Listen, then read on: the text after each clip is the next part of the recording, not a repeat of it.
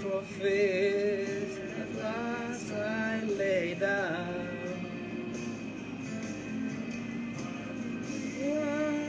To your rugged cross, and exchange it to something for a crown.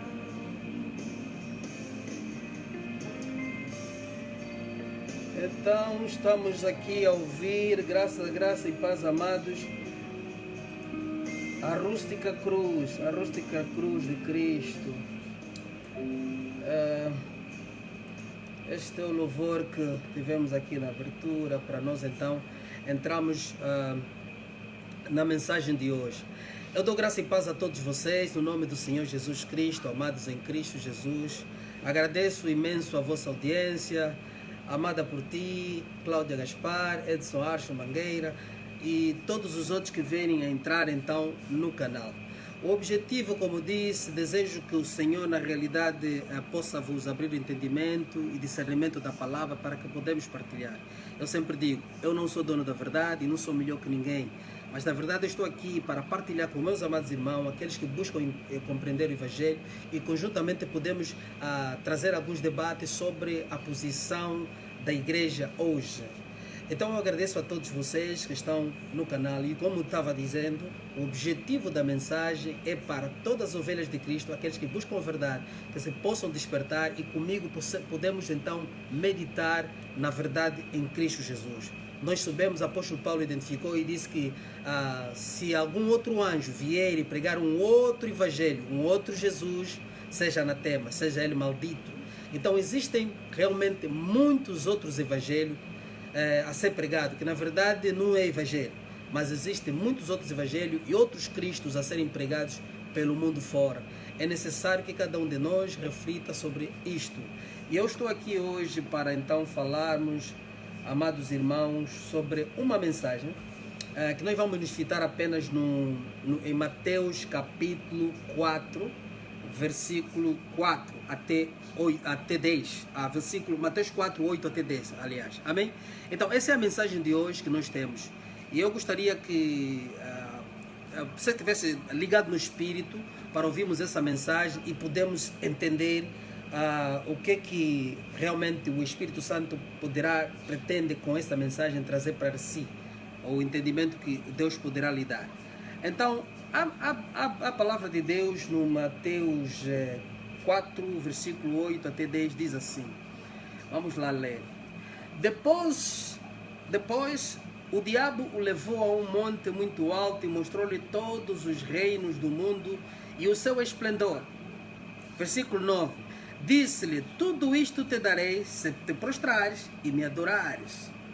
Versículo 10, Jesus disse, retire-se Satanás, pois está escrito, adora o Senhor seu Deus e só a Ele preste culto. Então nós estamos a ver aqui, Jesus após ser batizado por João Batista, o Espírito Santo leva Jesus Cristo ao deserto, e Jesus no deserto é tentado, depois de 40 dias, 40 noites, Jesus começa um processo de ser tentado pelo diabo Satanás. Ele começa primeiro pelo pão, depois leva o cenáculo do templo, e segundo o relato de Mateus, e depois então a esta tentação que aqui está do Mateus 4, 8 até 10. Sabemos que também Lucas conta de inverte um bocadinho os termos, e sabemos também que Lucas não era apóstolo de Jesus, mas discípulo de Jesus, seguia Jesus como nós hoje somos. E ele vai relatando, era o doutor, o nosso irmão que era médico, e ele escreve também a sua versão, ele apenas inverte o termo. Mas vamos ler também em Lucas capítulo 4, versículo 5 até 8. E então diz assim a Bíblia, e o diabo levantando a um alto monte, mostrou-lhe no momento, vê o que está a dizer, mostrou-lhe no momento de tempo todos os reinos do mundo e disse-lhes, o diabo, dar-te-ei todo este poder e sua glória, porque a mim me foi entregue e dou a quem quero. Portanto, se tu adorares, tudo será teu. E Jesus respondendo disse-lhe, vai-te para trás de mim, Satanás, porque está escrito, adorarás o Senhor teu Deus e só a Ele servirás. Então nós estamos diante de uma tentação que é feita ao nosso Senhor Jesus. Mas o que nós queremos focalizar hoje, o que eu trago aqui para como ponto principal desse debate, é, no caso, as afirmações do diabo Satanás com relação ao mundo. Em Mateus ele diz que mostrou-lhe todos os reinos do mundo e todo o seu esplendor. Em Lucas diz, mostrou-lhe num momento de tempos todos os reinos do mundo e disse-lhe, não é verdade, e toda a sua glória. E ele disse, vê a afirmação do diabo em Lucas, diz, porque a mim me foi entregue, noutra versão diz que foi entregue nas minhas mãos, a mim me foi entregue e dou a quem eu quero. Amém? Então nós estamos a ver aqui uma afirmação do diabo Satanás diante do nosso Senhor Jesus. Poderia ser essa afirmação certa de que o reino do mundo e todo o seu esplendor, a glória, os tronos, as autoridades deste reino terrestre que aqui temos, estão sob o domínio de Satanás? Nós vamos responder essa questão. Porque, vamos lá ver, Satanás não poderia dizer isso a Jesus Cristo se isso não fosse verdade. E recorda-se que a tentação de Jesus apresentada nos livros de evangelho, nos evangelhos semânticos, são apenas essas duas, essas três, aliás, refere-se à tentação do pão, transformar as pedras em pão, e depois a seguir, levando ao cenáculo, no ponto mais alto do cenáculo do templo, para pedir que ele se lançasse para baixo. E depois vem esta tentação, que é onde temos essa afirmação que o diabo Satanás faz. E Jesus, em todas as outras duas tentações, ele reivindica com a palavra de Deus e traz a Escritura. Aqui também traz a palavra de Deus. Mas há uma coisa que Jesus não faz. Jesus não reivindica o facto de que, ou vamos assim dizer, não repreende o facto de que o diabo estaria a fazer uma afirmação contrária, errada. Que, na verdade, que se o diabo tivesse a mentir. Jesus não afirma isso. Jesus apenas diz que não adorarás o Senhor teu Deus porque o diabo estava a pedir uma adoração. Se Jesus Cristo fosse um homem, se não fosse Deus, Jesus se prostrasse para adorar Satanás. Jesus não seria o regedor desse reino, mas seria escravo de Satanás. E é isso que Satanás tem feito com os seres humanos.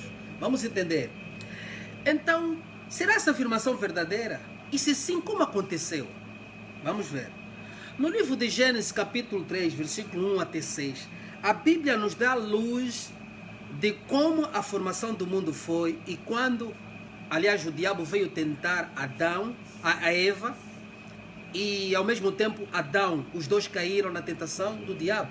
E a expressão ali é que vocês seriam como Deus, que conheceriam o bem e o mal, vocês seriam como Deus. Deus sabe que vocês seriam, vossos olhos irão se abrir e vocês serão como Deus, conhecendo o bem e o mal. O homem caiu nesta tentação, e ao cair nessa tentação, o homem não fez outra coisa, lhe foi tirada a autoridade. Então vamos tentar entender que autoridade é essa.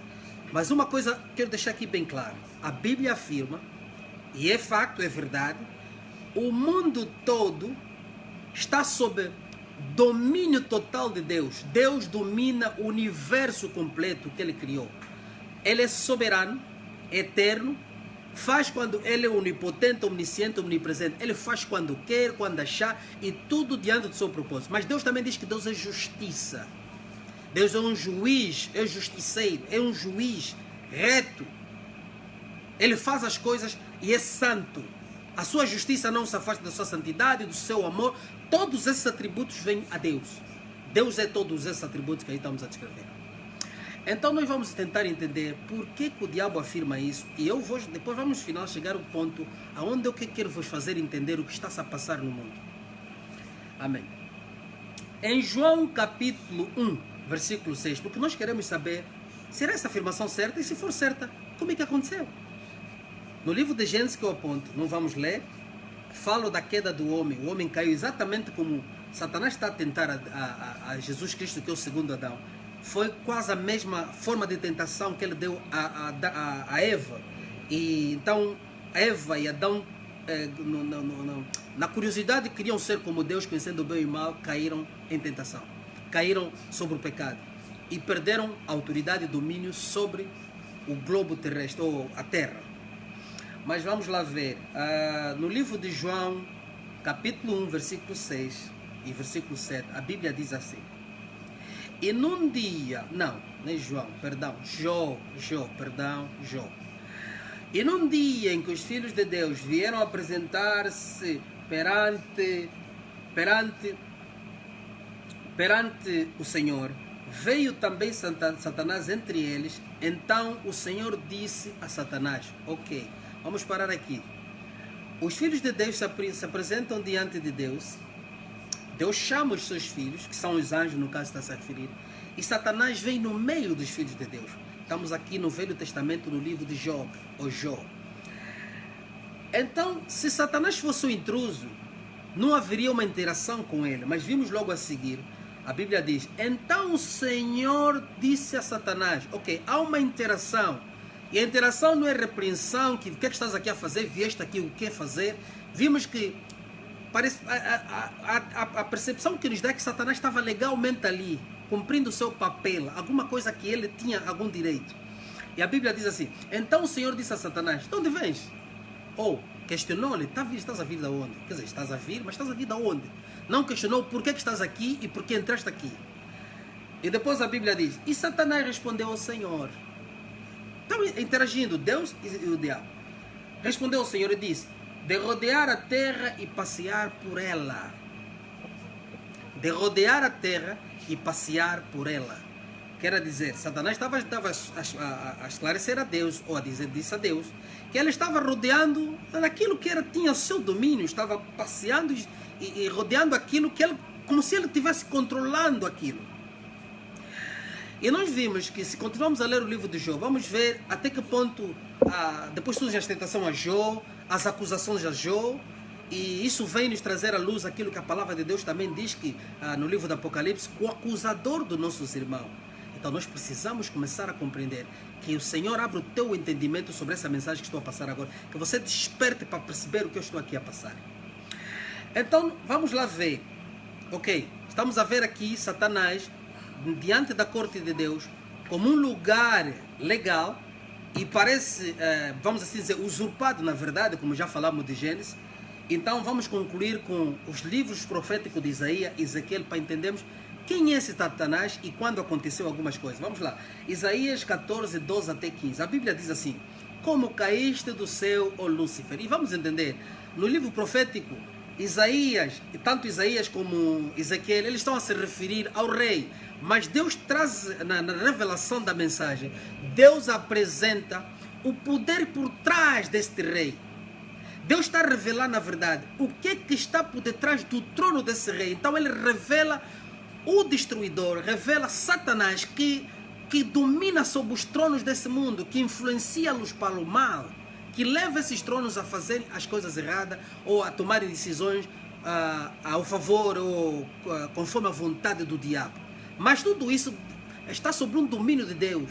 Quer dizer, Satanás não sai fora daquilo que Deus tem o propósito, o plano. Ele não faz o que quer, o que bem deseja, não. Ele procura fazer e muitas das vezes Deus concede dentro do propósito para ele concluir o seu projeto. Vamos lá ver.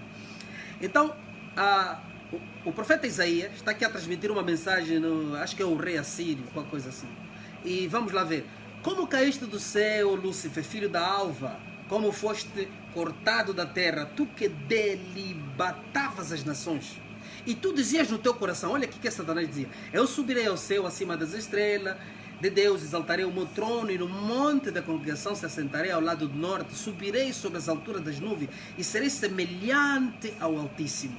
E contudo levado serás ao inferno, ao mais profundo do abismo.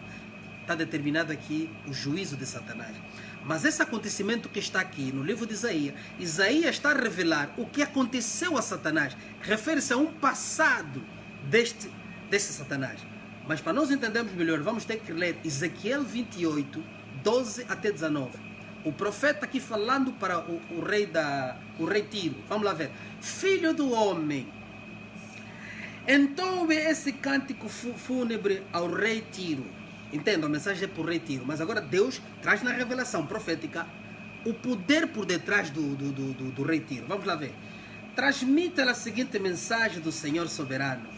Senhor soberano que faz o que é, tem o seu livre-arbítrio, o propósito e plano, ninguém o pode impedir na sua soberania. Deus, você era um modelo de perfeição, cheio de beleza, sabedoria e beleza, aliás.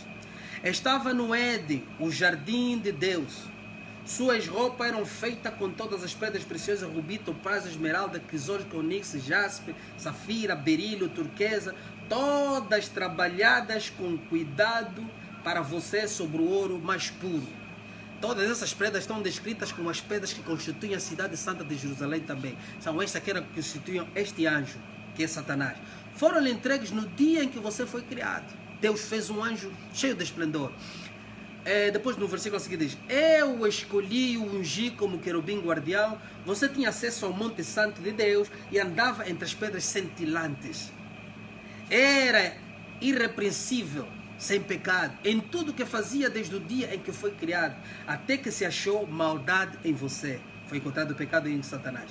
Seu rico comércio levou à violência e você pecou. Por isso bani em desonra do monte de Deus e eu expulsei-o, querubim guardião, que de seu lugar entre as pedras cintilantes, entre os anjos. Seu coração se encheu de orgulho por causa da sua beleza, sua sabedoria se corrompeu por causa do seu esplendor. Por isso o atirei à terra e o expus ao olhar de todos os reis. Você profanou seus santuários com os seus muitos pecados e seu comércio desonesto. Por isso fiz sair dentro de você um fogo que consumiu, reduzia a cinza no chão à vista de todos que observam. Todos que te conheciam estão horrorizados com seu destino. Você chegou a um terrível fim e não mais existirá. Então Deus também determina o juízo, mas ele fala aqui do anjo. E tudo isso, no livro de Ezequiel, no livro de Isaías, está-se a referir a um passado. Nós precisamos tentar se referir a um passado de Lúcifer, de Satanás, o anjo ungido que foi tirado do céu. Tudo o que ele fazia, a desonra, a desonestidade, o pecado, tudo está descrevendo aqui o que Satanás fez. Então nós estamos a ver que esse ser que aparece no livro de Gênesis tem um passado. Existe, antes dele estar ali no livro no Jardim do Éden com Adão e Eva, há um passado histórico deste anjo que se tornou o diabo Satanás. E nós vimos, já no Novo Testamento, Jesus Cristo vindo e sendo tentado por este, e este autentica, reivindica que tem autoridade sobre os reinos da terra. E vimos aqui Deus falando no livro de Isaías para o rei da Assírio, referindo-se a como este poder que o Assírio estava corrompido com esta figura por trás, que controlava esse trono, esse poder, essa autoridade política. Ainda vimos aqui o rei Tiro, a mesma coisa. Ezequiel também transmite que havia um poder, uma força maligna que conduzia estes reinos a fazer o que faziam, ou estes poderes políticos a fazer o que faziam, erradamente. Então, com esta, vamos também ler, para nós entendermos, o livro do Apocalipse, capítulo 12, versículo 1 até 18. Eu queria lhes fazer entender que na próxima pregação que eu vou falar, vou pregar sobre escatologia em 3 fases.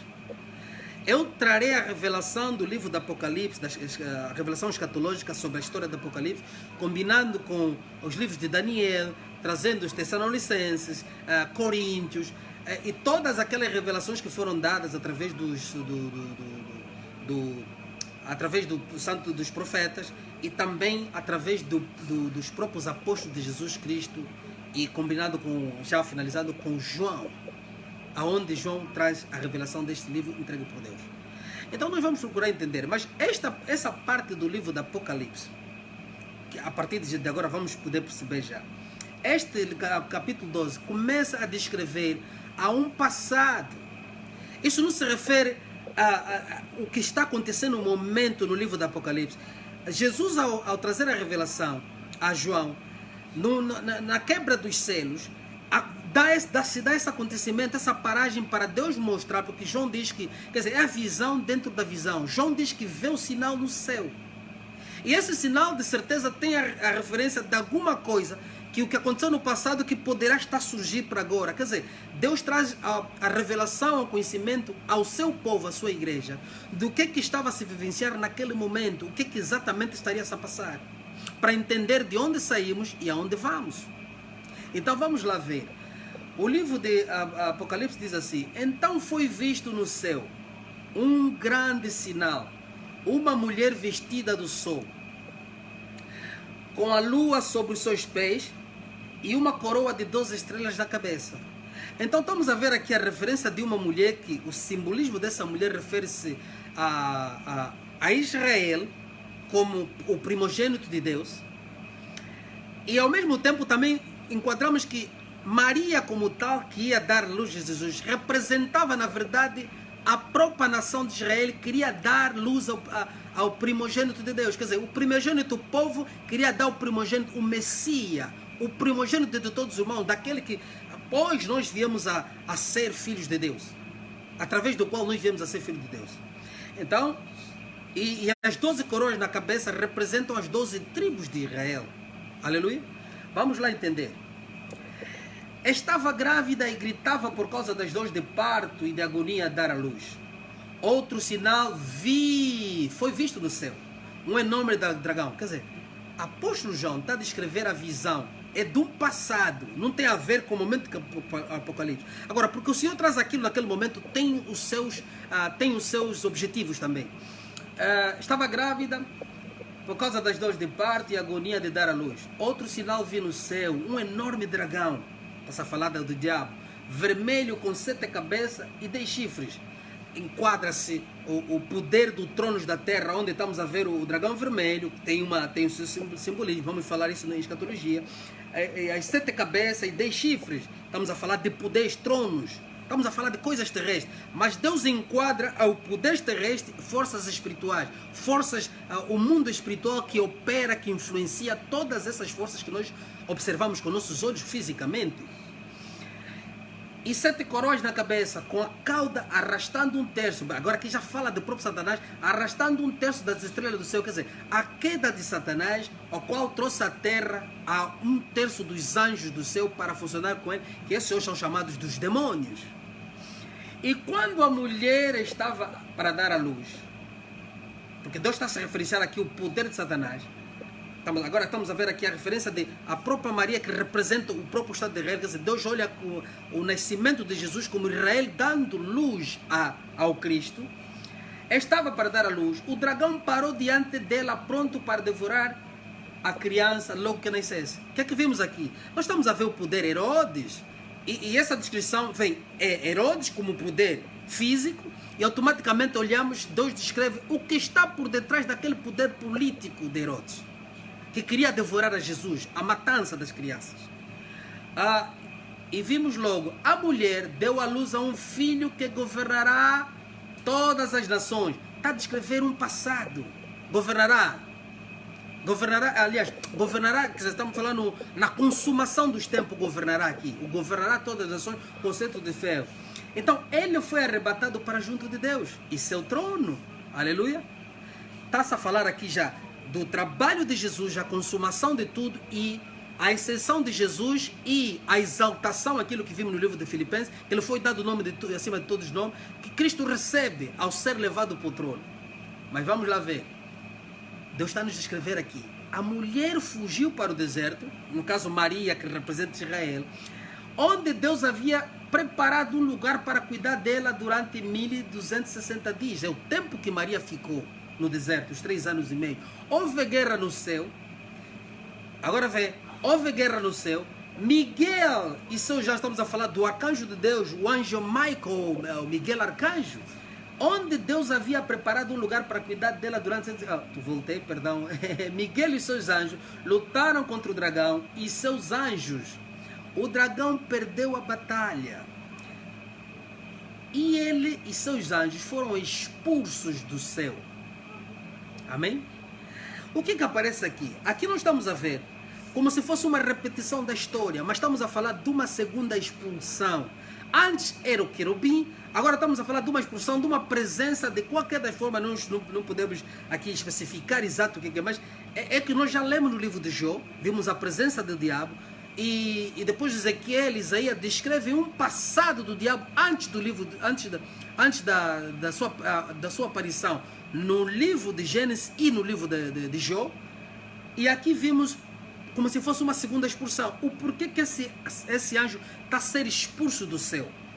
A expulsão desse anjo, a serpente, Vamos ler para entender. O dragão perdeu a batalha e eles foram expulsos do céu. Agora vamos ver. Esse enorme dragão, a antiga serpente chamada Diabo Satanás, exato, você está a ver? Refere-se a antiga serpente, quer dizer, ao Éden, está-se a referir à antiga serpente. Onde é que Satanás levou o nome de serpente? No Éden, no jardim do Éden, no livro de Gênesis. Estamos a falar um passado antes de Gênesis, que nós não sabemos explicar o que é. É um mistério que Deus amanhã vai nos trazer. Porque quando o livro de Gênesis começa, Satanás já era Satanás. Agora, o enquadramento de Satanás como serpente, vimos que a serpente tornou-se maliciosa a partir do livro de Gênesis, porque ela não era, segundo o que a própria Bíblia descreve. Então vimos aqui, foram expulsos do céu. Esse nome da agora antiga serpente chamada de Diabo Satanás, que enganava o mundo todo, foi lançado à terra com os seus anjos. Ok? Foi lançado à terra com os seus anjos. Mas a Bíblia antes já descreve que ele carregava um terço. E agora foi lançado. Onde é que houve outra ascensão desse diabo? Vamos tentar entender. Estamos a ver aqui que houve algum comprometimento dos poderes através de Adão. Amém? Então ouvi uma forte voz que bradava do céu. Finalmente chegaram a salvação, o poder, o reino de nosso Deus, a autoridade do seu Cristo. Aqui estamos a ver uma revelação, uma declaração. Depois de terminar o cumprimento, o propósito de Deus, de Jesus Cristo vir à terra, ser crucificado e ascender com autoridade e poder, isso não tem a ver com algo que está para vir, é algo que é presente, a exceção de Cristo ao subir aos céus. Vão poder entender mais à frente, porque foi lançado para a terra o acusador de nossos irmãos. Onde é que ele leva o nome do acusador? No livro de Jó. Vemos aonde? No livro de Jó ele leva o nome do acusador. Porque vimos ali ela fazer acusação contra a Jó. Amém? Aquele que de dia e noite os acusava diante de Deus. Quando é que Satanás passou a nos acusar diante de Deus dia e noite? Vimos na Bíblia, no livro de Jó. Porque aqui as escrituras têm que responder lá mesmo. Eles o derrotaram. Agora vem aqui. Está a falar do futuro, e não só está a falar do passado, presente, futuro. Esta é uma frase que se enquadra ali. Eles o derrotaram pelo sangue do Cordeiro, pelo testemunho deles. Não amaram a própria vida. Isso já está a se referir a partir da igreja primitiva. Não amaram a própria vida, nem mesmo diante da morte. Já há esse martírio. Há um passado da igreja com isto, antes dos próprios gentios entrarem. E também depois dos gentios entrarem. Aliás, aqui se refere realmente à salvação de Cristo. Porque a salvação só entrou quando ele diz chegada a salvação, o poder, o reino do nosso Cristo, a autoridade. É quando Jesus ascendeu. Aí o poder, o reino, a salvação chegou para toda a humanidade. Amém? Eles derrotaram com o sangue do Cordeiro pelo testemunho de não amar a própria vida diante da morte. Portanto, vamos ver aqui nesse versículo. Alegre-se os céus e vocês que habitam nos céus, sobre a terra e o mar. Porém virá terror, pois o diabo desceu até vós com grande fúria, sabendo que lhe resta pouco tempo. Quando é que o diabo apercebeu que lhe resta pouco tempo? A partir do momento que Jesus ascende, o diabo foi expulso dos céus. Jesus ascende e toma o lugar diante de Deus, senta à destra de Deus, à direita de Deus, lugar da autoridade, como o segundo Adão, porque Jesus não podia subir sem antes ser expulso aquele que usurpou o lugar de Adão, aquele que ocupava o domínio que Adão teria na terra. Jesus, quando ascende, o diabo foi expulso antes disso para que Jesus fosse ascender e tomar o lugar à destra direita do Pai. Amém? Então ele está a dizer que o diabo ao descer, ele agora ele entendeu, após essa derrota, que portanto a Bíblia está a dizer: alegrem-se os céus e vocês que habitam nos céus, sobre a terra, agora a terra e o mar, porém virá o terror, pois o diabo desceu até vós com grande fúria, sabendo que lhe resta pouco tempo desde o momento que Jesus subiu. Então o que ele veio fazer? Quando o dragão percebeu que havia sido lançado na terra, perseguiu a mulher que tinha dado à luz o menino. O povo, a perseguição ao povo, e vamos já dizer, já não ao povo de Israel terrestre, mas à igreja de Cristo, que leva o mesmo nome. A esse primogênito, a esse povo que gentios, judeus juntos. Então passou a persegui-los. Ela, porém, Diz que ela, porém, recebeu 2 asas, como de uma grande águia, para que voasse a um lugar preparado para ela no deserto. Ali será sustentada e protegida da serpente durante um tempo e metade de um tempo. Terá esse acontecimento sido feito com a perseguição da igreja primitiva? Porque aqui está se a referir que houve uma fuga, ou haverá uma fuga. Então nós precisamos colocar isso. Nunca nós vamos conseguir colocar todas em contexto puro. Mas vimos aqui que essa expressão se refere a um passado e a um presente, se calhar, ou um passado e um futuro. Entende? Então, a serpente com a torrente, vê aqui, com a torrente de água, não sei o que é torrente, com a torrente de água, que fez sair da sua boca, tentou afogar a mulher. Estamos a dizer, a torrente de água é uma perseguição.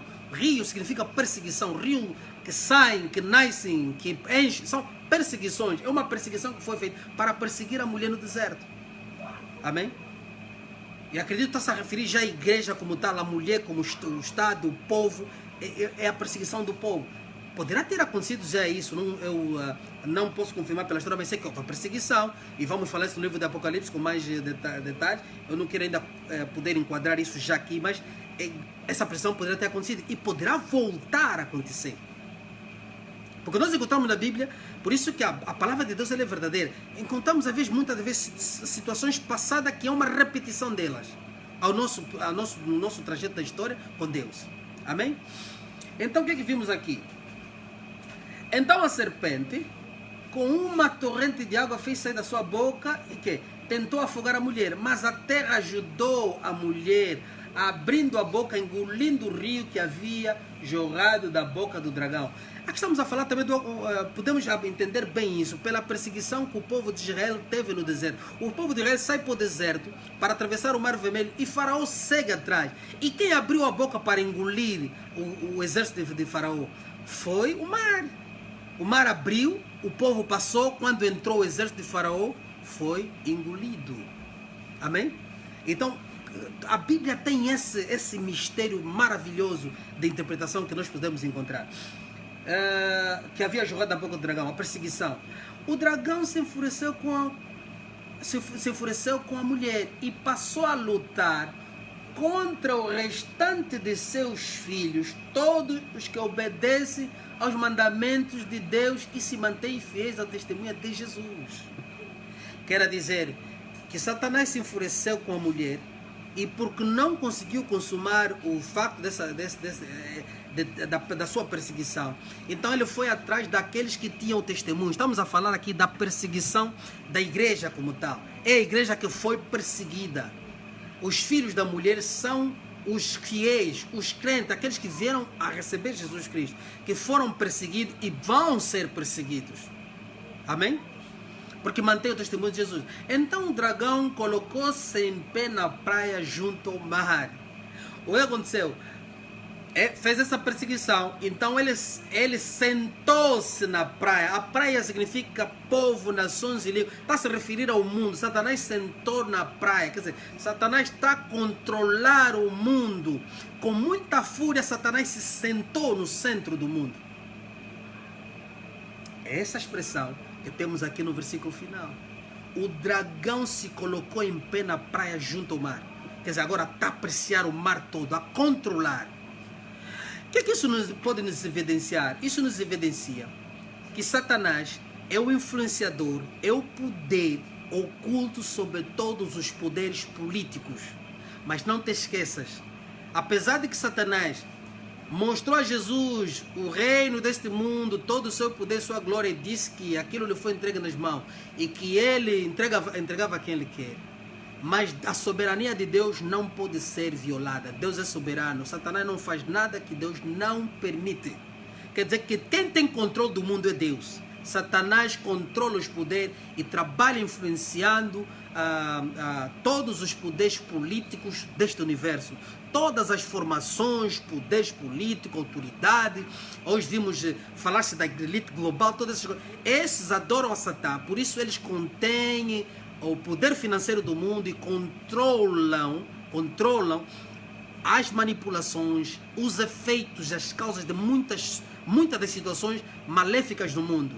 Porque o mundo está colocado sob um caos, está sobre caos, por causa do inimigo que tem o poder de influência sobre os tronos e autoridades desse mundo.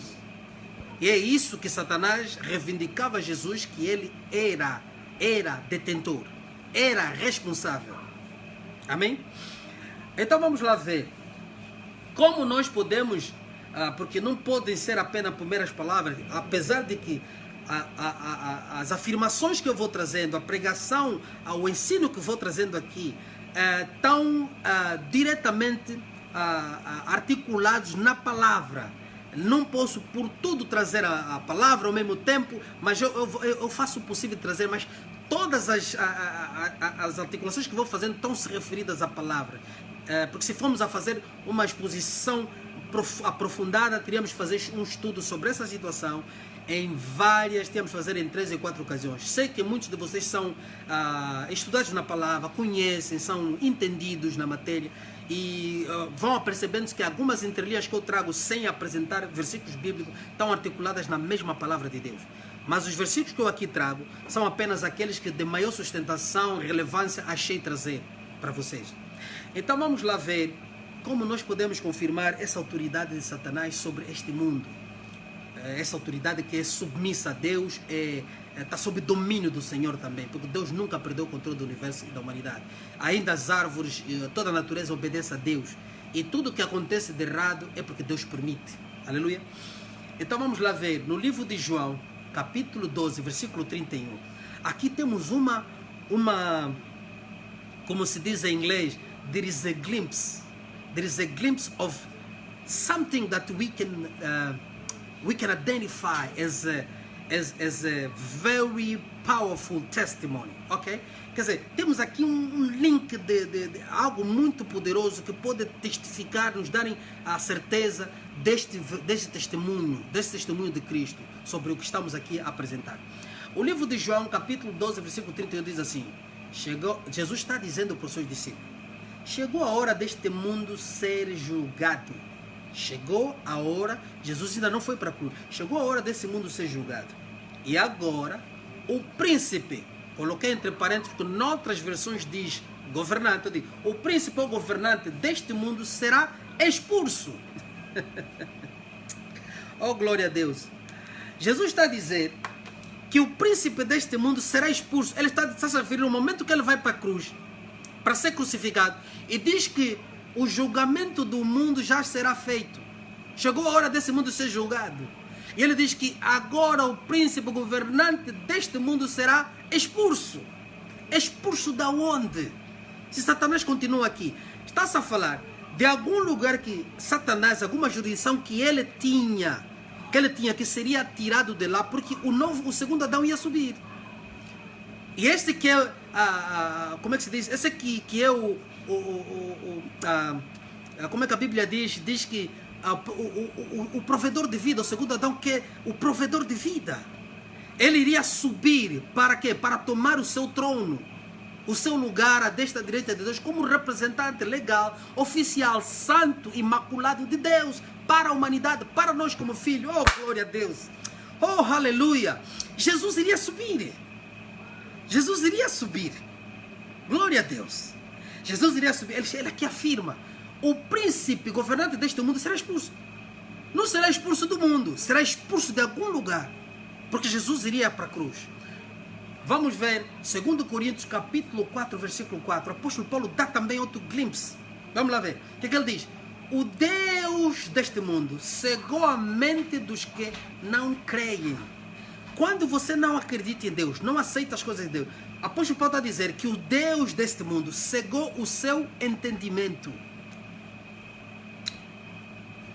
para que não consigam ver a luz das boas novas, não entendendo esta mensagem a respeito da glória de Cristo, que é a imagem de Deus. Glória a Deus. Oh, aleluia. Entende? Está-se a referir aqui. Aleluia. Então vamos ver mais outra passagem, ainda em Efésios, apóstolo Paulo, A Bíblia está a dizer, vocês estavam mortos, Efésios 2, 1 até 3. Vocês estavam mortos por causa da sua desobediência e de seus muitos pecados. Muitos pecados. Nos quais costumávamos a viver com o resto do mundo. Quer dizer, estávamos cegos. Obedecendo ao comandante dos poderes do mundo invisível. Ao comandante dos poderes do mundo invisível. O que opera dentro deste universo é um mundo invisível, Satã, é o espiritual que coordena o físico. O mundo todo é influenciado pelo maligno. Por isso, quando nós procuramos justiça, a justiça dos homens jamais vai satisfazer o universo. O mundo continuará a ser injusto, até aqueles que chamam de democracia, os poderes de social-democracia, tudo é injustiça, porque a justiça do homem jamais gera santidade, jamais gera coisa certa. É o que Deus está a trazer aqui, apóstolo Paulo. Obedecendo o comandante dos poderes invisíveis. Depois ele é o espírito que opera no coração dos que recusam obedecer. E escuta bem, e a obediência aqui não se refere só ao mundo, porque quem disse o falso evangelho, o apóstolo Paulo diz, do falso Cristo, falso evangelho, diz, se alguém vier pregar um falso evangelho, vos apresentar um falso Cristo, seja anatema. Então aqui está se a referir que aqueles que se dizem estar conosco, mas pregam um evangelho, um outro evangelho e apresentam um outro Cristo, que não é este, Jesus Cristo da Bíblia Sagrada. Estes fazem parte do mundo, esses são enviados de Satanás. Então, este capítulo também se autentica a estas pessoas. Aleluia? Vamos lá ver. Então ele diz assim, todos que viviam desse modo, seguindo desejos ardentes e as inclinações de nossa natureza humana, éramos por natureza merecedores da ira com os demais. Éramos, nós que aceitamos a Jesus verdadeiramente. Aleluia? Sabemos, vamos lá agora ler 1 João 5,19, ainda Jesus também. Sabemos que somos filhos de Deus e que o mundo inteiro está sob o controle do maligno. 1 João, quem está afirmado aqui, apóstolo João, capítulo 5, versículo 19. Ele diz que o mundo inteiro está sob controle do maligno. O controle do maligno não retira a soberania de Deus. Aleluia? Quer dizer que os afés desse mundo, tudo que o mundo vai fazendo, está sob controle do diabo. O diabo vai controlando e vai fazendo, cumprindo essas ações. As coisas do mundo pertencem ao inimigo. Nós somos embaixadores de Cristo, estando nessa terra, e devemos andar segundo a vontade de Deus. Nós não estamos aqui expostos para nos envolver aos afés deste mundo. Quer dizer, não estou a dizer ninguém trabalha, ninguém estuda, não é isto. Não, fora disso. Mas estamos a dizer, nós não podemos ter o mesmo comprometimento como o mundo tem com relação ao mundo, a esperança, a mudança do mundo sobre pretextos políticos. Não, nós vamos ser influenciador, porque a Bíblia descreve, Jesus Cristo fala, apóstolo Paulo também concretiza e confirma, de que nós devemos ser luminares, como luzes acesas no meio de uma geração perversa, porque nós somos testemunhos de Cristo. Vamos provar que a justiça de Deus prevalece acima de toda a maldade, de tudo que o mundo faz de errado. Aleluia, glória a Deus. Então vamos lá aqui ver. Apóstolo João confirma que o mundo jaz no maligno. Então você se pergunta, quais são as forças que operam, que controlam esse mundo? Então estamos a ver os poderes, tronos políticos, autoridades. O diabo tem controle. Nós, como cristãos, nosso papel é ser influenciador através dos princípios do reino de Deus, através da palavra de Deus. É exatamente isso que nós devemos continuamente buscar fazer. Satisfazer o nosso Deus, cumprindo o seu propósito e o seu plano. As obras não é que irão nos salvar, mas teremos que, se somos salvos, teremos que testificar Jesus na nossa vida através das obras, que vão confirmar que essa fé que está em nós é genuína, é verdadeira. E essas obras são produzidas pelo Espírito Santo em nós. E a nossa entrega e a nossa submissão a Deus fará com que Deus possa fazer com que sejam realmente gerados frutos dignos de arrependimento e frutos do Espírito em nós. Aleluia. Então é nisso que nós devemos continuar e devemos nos fortalecer e permanecer. No livro de Romanos, capítulo 8, versículo 21, a Bíblia diz: a ardente expectativa da criação, natureza, coloco natureza porque as outras versões referem-se à natureza e é a mesma coisa. A ardente expectativa da criação, da natureza, aguarda a revelação dos filhos de Deus, entende? Pois a criação está sujeita à vaidade, à corrupção, entre parênteses, não por sua própria vontade, mas por causa daquele que a sujeitou. Quem sujeitou a natureza à corrupção? Deus permitiu que o diabo tomasse conta. Por causa da justiça de Deus, Deus permitiu que ele tomasse conta. E ele está, quer dizer, vamos aqui ver, na esperança. Qual é a esperança? De que a própria criação será libertada. Deus, ao conceder, que a esperança de Deus é que a própria criação será libertada do cativeiro da corrupção para a liberdade da glória dos filhos de Deus. Oh, glória a Deus! Oh, quer dizer que esse mundo geme. Esse mundo geme. Ela gema a natureza, a criação, tudo que foi feito. O mundo todo geme com dores de parto. Por quê? Porque, na verdade, o sistema do mundo está corrompido pelo diabo. O diabo tem controle, domínio sobre muitas coisas. Mas eu refiro a soberania, o domínio de Deus sobre ele, que ele controla. Quer dizer que o diabo está debaixo e Deus tem o soberano controle de tudo. Mas o diabo opera pervertendo tronos, pervertendo poderes, autoridades políticas, realezas, todas essas coisas. Porque no fundo de pano, estes indivíduos prestam culto ao maligno. A igreja que está por detrás dos poderes do mundo é uma igreja a Satã. São adoradores a Satanás. Isso não é hoje. O que nós vimos na Bíblia Sagrada descrever. Os reis pagãos, a adoração que eles tinham. Hoje o mundo permanece no mesmo. E hoje é muito mais profundo. Porque hoje o mundo... esses que adoram, que têm o poder do mundo, eles têm uma religião aberta a Satã. Eles sabem que serve a Satã, o contrário do Criador do Universo. Mas por que eles aceitaram? Por causa da corrupção dos seus corações, que pretendem tomar domínio e o desejo das riquezas e poderes e todas essas glórias terrenas. Porque Satã pediu-lhes simplesmente, como fez a Jesus, que estes indivíduos lhe adorassem. E ele daria todos os poderes deste mundo. Aleluia! Eu vou trazer para você entender o porquê que eu trago essa mensagem para você perceber como Satã se posiciona e onde está Deus e onde estamos nós. Aleluia! Então nós vimos aqui que o mundo tem expectativa. A natureza, aliás, tem a expectativa da manifestação dos filhos de Deus. Por que vai acontecer? Deus vai restaurar o trono, Deus vai restaurar o mundo, Deus vai derreter todos esses, vai refazer o mundo, vai destruir para refazer, para que o mundo então seja entregue na liberdade da glória dos filhos de Deus. Quer dizer, que os filhos de Deus passarão a governar no mundo, no reino com Cristo, para que o mundo possa cumprir, a natureza possa realmente, a criação possa cumprir com o propósito inicial. Se Deus é santo, a natureza que Ele fez também tem essa santidade de Deus e tem o propósito de cumprir um plano que o próprio eterno Criador estabeleceu.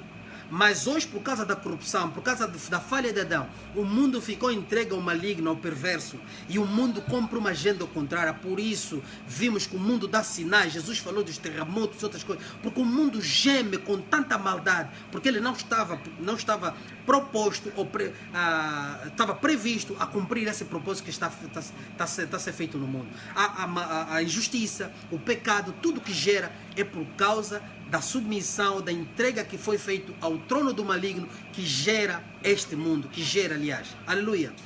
Então vamos lá ver, ainda em Mateus, por isso a Bíblia Sagrada, Jesus Cristo em Mateus nos alerta, e ele diz: não acumulem tesouro sobre a terra, onde a traça, a ferrugem corroe, e os ladrões escavam e roubam. Mas ajunteis tesouro no céu, onde a traça e a ferrugem não corroem, e onde os ladrões não escavam nem roubam, porque onde estiver o seu tesouro, aí também estará o seu coração.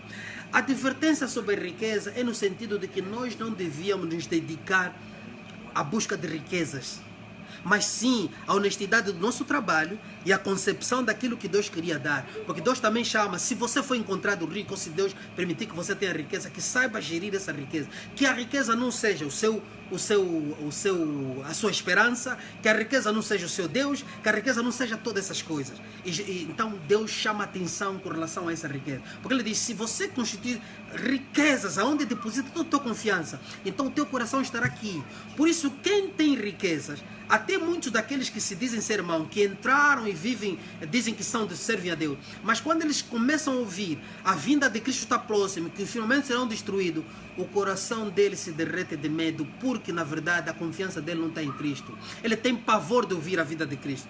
Por isso é que os falsos mestres, falsos profetas, simulam falar da vida de Jesus, mas eles não têm esperança. Muitos deles desacreditam na vinda de Cristo realmente, porque eles estão se deleitando com as coisas desse mundo.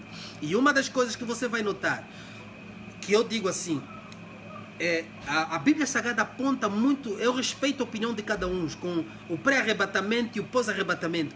Mas a Bíblia aponta, se formos a ler, colocar escritura por escritura, verdade com verdade, vamos encontrar que a Bíblia aponta para um pós-arrebatamento. Um pós-arrebatamento pela qual a igreja não entrará, não passará pela grande tribulação, mas não estará presente no juízo de Deus, porque eu depois na escatologia vou explicar aonde que a igreja vai sair, porque a Bíblia aponta, está lá escrito, está bem patente essa passagem. Mas eu não quero ser absoluto e não serei absoluto, mas apenas trazer a opinião com base nas escrituras. Então quem acredita no pré-arrebatamento são os que praticam o evangelho da prosperidade. Por quê? Porque eu, como ser humano, como vosso irmão, eu vou lhe dizer uma coisa, tomara que seja antes, porque eu também quero. O meu desejo da carne, a minha vontade, tudo aquilo sem espiritualidade, eu desejo que o arrebatamento seja antes. Porque quem quer passar por uma tribulação, mas aqueles que estejam obedecendo às Escrituras, e vocês que se entregam verdadeiramente ao Espírito da verdade, na compreensão das coisas, estão espiritualmente entendendo as coisas espirituais, você vai perceber que a grande tribulação tem um fator benéfico para a igreja. E eu vou falar isso em escatologia, não vou falar aqui. Tem fator benéfico para a igreja e é a verdade. Aleluia? Então, é por aí. Quem acredita no pré-arrebatamento com toda... está afincado a isso, normalmente são aqueles que acreditam no Evangelho da Prosperidade, porque eles se colocaram a um desejo carnal, porque é aquilo que eu digo, eu desejo que seja isso. Que o Senhor vem antes que nós saiamos daqui. Saiamos daqui. Mas, na verdade, se olhares para a Escritura, e entenderes espiritualmente as coisas, também vais encontrar os fatores muito benéficos para a igreja, porque senão cá muitos de nós não seríamos ou não seremos salvos. Aleluia? Então vamos lá, eu vou ler o livro de Mateus, estou a ler o livro de Mateus, e depois a Bíblia diz, os olhos são lâmpada do corpo, se os seus olhos forem bons, todo o seu corpo será cheio de luz. Jesus aqui está se a referir aos olhos como se chama em inglês, the window to see the world. The spiritual window that you see the world. Quer dizer, mas o efeito que os olhos têm é o coração. Ele está a dizer, se os seus olhos forem bons, quer dizer, se você treinar-se a ver as coisas boas, apreciar o mundo sem ter a cobiça, sem os desejos desenfreados do coração, os teus olhos serão bons e estarás em luz, será cheio de luz. Mas se porém os seus olhos forem maus, todo o seu corpo estará em trevas. Imagine agora, portanto, se a luz que existe em você for em trevas, que grandes trevas serão. Quer dizer que, se o teu coração estiver completamente corrompido com a concupiscência, a cobiça, o desejo desenfreado, o desejo ardente, descontrolado sobre as questões de riqueza, as questões de pecado, também vimos aqui a imoralidade e outras coisas. Ele está a dizer que grandes trevas serão as tuas luzes. Quer dizer, você estará todo habitando em trevas. E é isso que você recebe como pregação de uma igreja da prosperidade, falando de que o carro vai ser teu, o negócio vai ser teu, a empresa, aquele cargo, desejar o lugar do teu diretor, você passa a cobiçar o lugar do teu diretor, passa a fazer até propósito para ser diretor da empresa, onde já existe um diretor. Isso é ato de feitiçaria. Isto é ato de feitiçaria. It's witchcraft. Então você tem que pôr escritura com escritura para poder entender as coisas espirituais.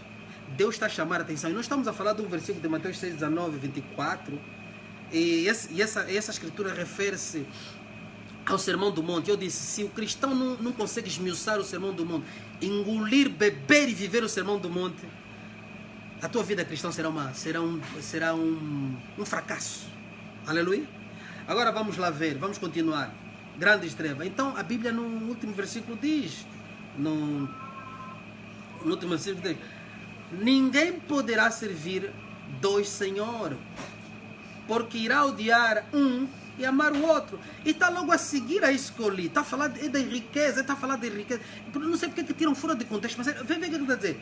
Amar um e odiar o outro. Ou irá se dedicar a um e desprezar o outro. Jesus está a falar de dois deuses. Ele não está a falar de Deus disso, Deus de... Não, ele está a falar de dois deuses. Ele está a falar como funciona a característica de Deus e o diabo. A característica de Deus e o diabo. Vamos lá ver. Você não pode servir a Deus. Deus, você não pode servir. E a Mamon. Quem é o Mamon? Mamon é o Deus da riqueza, Deus do dinheiro. Jesus está a falar Mamon, e quando te refere Mamon ou riquezas e dinheiro, está a falar de Satanás. Você não pode servir a Deus e a Satanás. Quem serve riqueza, serve a Satanás. Mas entenda bem a expressão servir riqueza. Servir riqueza significa você dedicar toda a sua vida, todo o propósito que você é, em torno de riqueza, em torno de ter dinheiro, em torno de ser... Não sei se está a entender. Até quando você dedica-se a Deus em torno de ser alguém, porque o teu reino é isso, é Deus, entrar na igreja, Deus te dar alguma coisa, você ter dinheiro. Não. Então você não serve a Deus, você está a servir a Satã, amado. É Satã que você está servindo. É bem verdade que o cristão deve orar, sim. Orar a Deus pedindo pela nossa necessidade, por dificuldade, para a bênção, para o emprego, para a bênção alguma coisa. Mas não é isso a tua adoração. A tua adoração não é esta. Entende? Você deve dedicar-se a Deus em santidade e justiça e todos os dias reconhecer a podridão do teu coração e quanto você vive corrompido com esse mundo tenebroso. E buscar a santidade e crer na salvação em fé que Jesus fez tudo por essa podridão. Aleluia. Então, você não pode servir a dois senhores a riqueza. Aleluia. Então, não será este o evangelho que o teu pastor da prosperidade, o teu motivational speaker, o conferencista motivacional, o coaching e todas outras linhagens, que Satanás é muito confuso, porque cria muita coisa para fazer confusão, que ele tem criado. E, aliás, não será esta a tentação que ouvimos no versículo de Mateus, com relação Deus prometendo, aliás, Satanás prometendo que se Jesus se ajoelhasse, ele daria ao mundo. Não será esta mesma tentação que o teu pastor da prosperidade recebeu quando ele fez os tais dias de monte? Não será essa mesma tentação que o teu pastor teve quando ele se fechou, buscou propósito para ter riqueza, para abençoar a igreja? E depois ele saiu de lá desse tal monte, dessas orações, desse propósito, e disse, olha, o Senhor me disse que vocês agora vão ter que sacrificar isso, fazer aquilo, e o Senhor vai abençoar a igreja. Se você olhar e ver para isso, Satanás quando veio tentar o Senhor, e só podia lhe tentar na perspectiva de que Jesus Cristo era 100% homem, é 100% homem, Deus ao mesmo tempo. E pela natureza humana ele veio tentar, porque na natureza de Deus, diabo não pode tentar a Deus. A Bíblia é bem clara em Tiago. Então entenda que nessa perspectiva, o diabo vem a Deus como o diabo, ele não podia se camuflar, não podia esconder-se. Mas quando vem aos homens, apóstolo Paulo diz que o diabo se mascara, se camufla como anjo de luz. Muitas das presenças espirituais desses falsos servos que dizem viram, porque todos eles baseiam-se em constituir ministério através de visões. Muitas dessas aparições que eles têm, não será o próprio diabo que veio e falou com eles? E se eles interligarem a escritura, a tentação é a mesma. Eu ouvi a história de um servo contada por um irmão que falou comigo ao telefone e diz assim: pastor, o meu pastor começou a fazer um propósito ao monte, depois veio e diz que quando saiu do monte teve uma visão, viu uma pasta cheia de dólares e ele segurou a pasta, abriu, estava cheia de dólares. Então a partir daí o Espírito Santo, foi a blasfêmia, diz que o Espírito Santo lhe disse: agora a tua igreja vai prosperar, leva a igreja a um propósito financeiro que eu vou abençoar a igreja. Não será esse o mesmo diabo que lhe apareceu como anjo de luz? Então cuidado, igreja, vigiai. E aqui eu termino a minha explanação. Cuidado com o falso evangelho. Entenda a pessoa de Cristo. Entenda que poder está por detrás das riquezas do mundo e dessas coisas.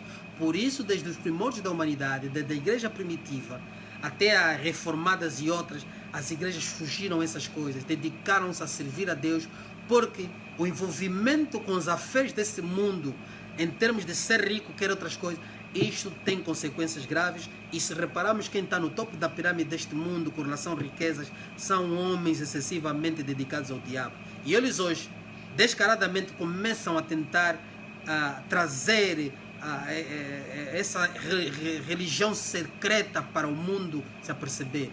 E ainda nas outras mensagens que eu falei do estado atual do mundo, eu vou voltar a fazer, que o som não saiu bem, eu falo exatamente sobre essas coisas. Mas hoje eu trago à luz o livro de Mateus para nós percebermos, entendemos quem é essa figura do diabo e como ele opera. Então não te esqueças, o diabo está por detrás dos tronos políticos e poderes deste mundo. Sejam realeza, sejam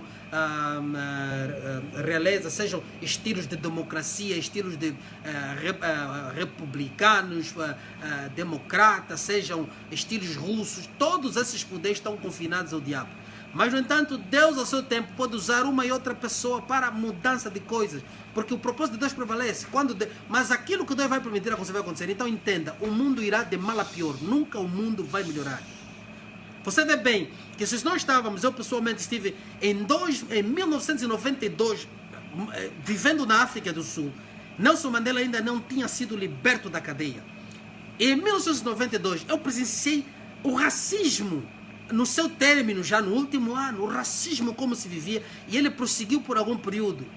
Eu vi o que é o racismo, o que é o apartheid, literalmente um bocado daquele fim, daquele cheirinho que estava a terminar, porque uma vez fomos a um restaurante e entramos no restaurante no downtown de Joanesburgo e vimos a preocupação, pagamos a conta antes de comer, porque o racismo ainda estava na flor, nunca viram negros entrar naquele restaurante. Nós, como víamos de um país que não tínhamos essas coisas, não sabíamos daquilo. E enfrentamos esse tipo de coisa. Aleluia. Agora, o racismo que hoje se pratica, nós continuamos a ver. Eu achei que a partir dos anos 2000 que o racismo já não teria lugar e sonhava que a América do Norte seria completamente livre disso. Mas hoje estamos em 2020, 20 anos são passados, a coisa permanece o mesmo. Essa geração que está aqui não é a geração que estava antes. A minha geração já está a envelhecer. Esta é uma nova geração que está, mas vê a prática do racismo. O que é que se passa? Como é que se diz? Oh meu Deus, é a proliferação do mal que está no mundo, que Deus disse que daria de mal a pior, porque os pais passaram aos filhos o racismo, em vez de ensinarem que não, no passado isso era errado. Se o mundo caminhasse para a justiça, isso mudaria, mas não vai mudar. Não vai mudar, tenha certeza. Você imagina desde a luta de Martin Luther King até... Então, essas são as coisas que vão acontecer. E não vão dizer que estamos a falar de política, estamos a falar dos efeitos do maligno. Então, não é o homem branco que tem o problema. Embora que são parte, mas é o poder por detrás de todas essas coisas. Por isso, vemos aqui no livro profético, Deus a escrever por rei, ele fala do poder que está por trás. Ele não fala diretamente ao homem físico. Por isso a Bíblia diz que a nossa luta não é contra a carne, não é contra sangue, mas é contra os poderes que dominam, as potestades nos lugares celestiais, que são influência desses poderes e tronos, desses agentes.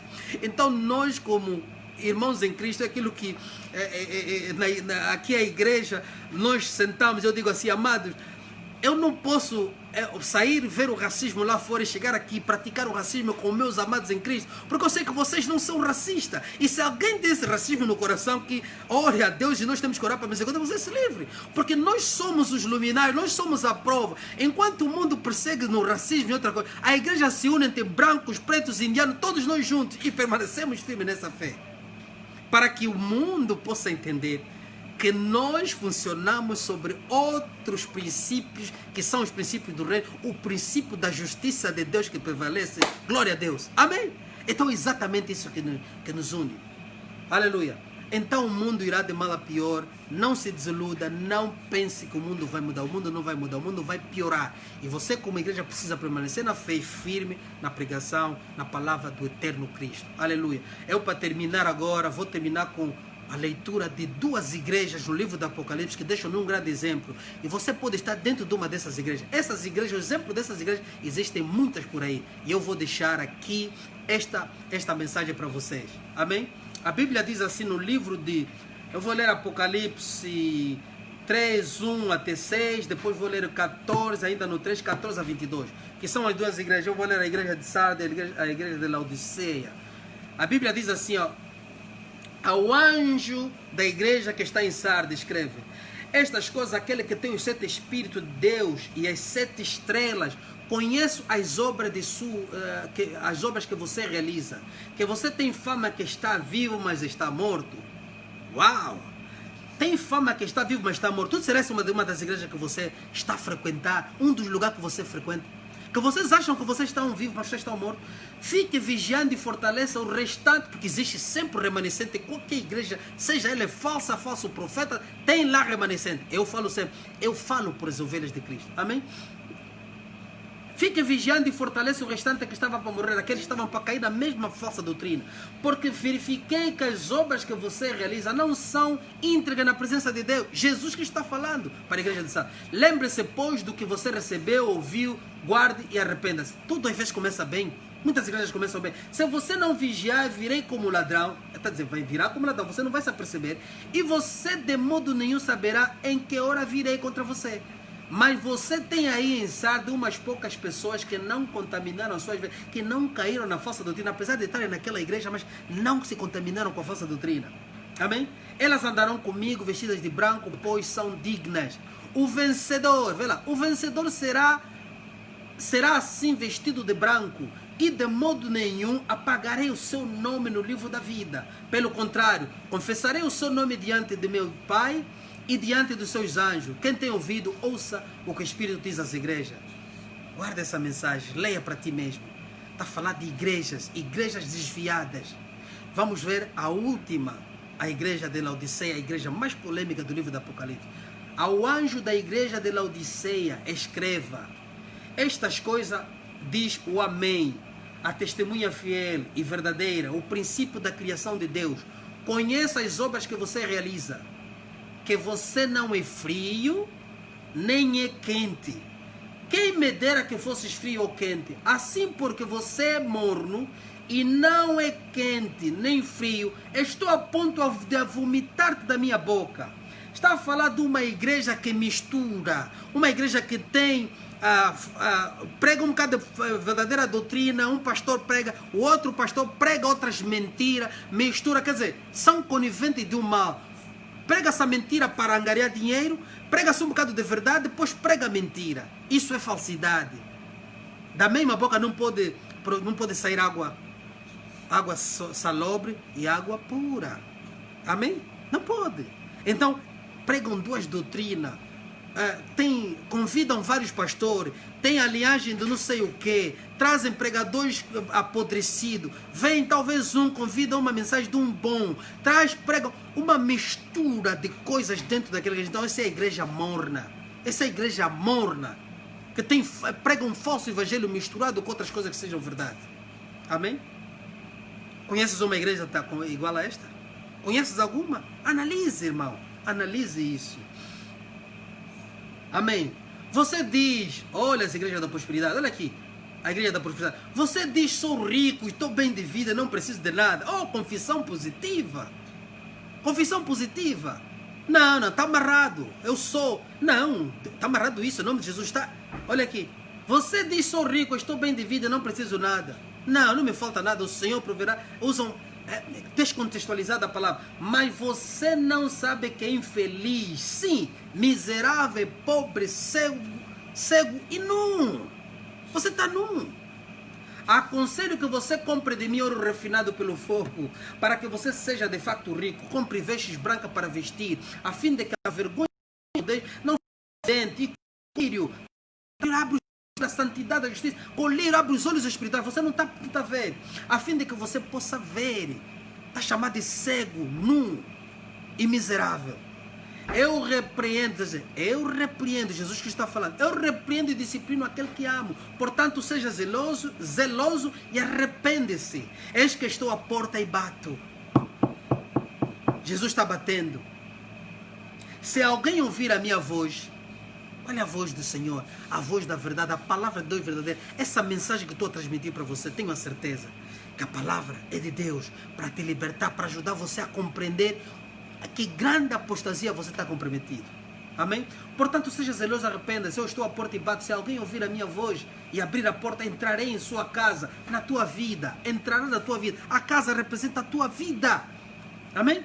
Entrarei na sua casa e cearei com ele e ele comigo. Quer dizer, eu farei morada em você. Está a bater a porta porque o teu coração ainda, você ainda não está completamente convertido, ou está em mentira. Você precisa sair para que Deus te recupere, resgate. Ao vencedor darei direito de sentar-se comigo no meu trono, assim como também eu venci e me sentei com o meu Pai no seu trono. Quem tem ouvido, ouça o que o Espírito diz às igrejas. A paz do Senhor, amados em Cristo. Ouça essa mensagem. A voz do Senhor, eu sempre digo, é a palavra da verdade. Fuja do falso evangelho. Conserva a sua vida em santidade, justiça e amor de Deus. Busca a salvação. Eu termino aqui, em nome do Senhor Jesus Cristo, que essa palavra te abençoe e leva-te a meditar na palavra do Senhor. Shalom, a paz do Senhor. Ora para nós também, ora para os amados remanescentes em Cristo, que o Senhor possa realmente direcionar a tua vida em espiritualidade, em verdade, em mansidão, em amor ao próximo e na verdade sobretudo. Mantém-se na verdade e o amor de Cristo se manifestará.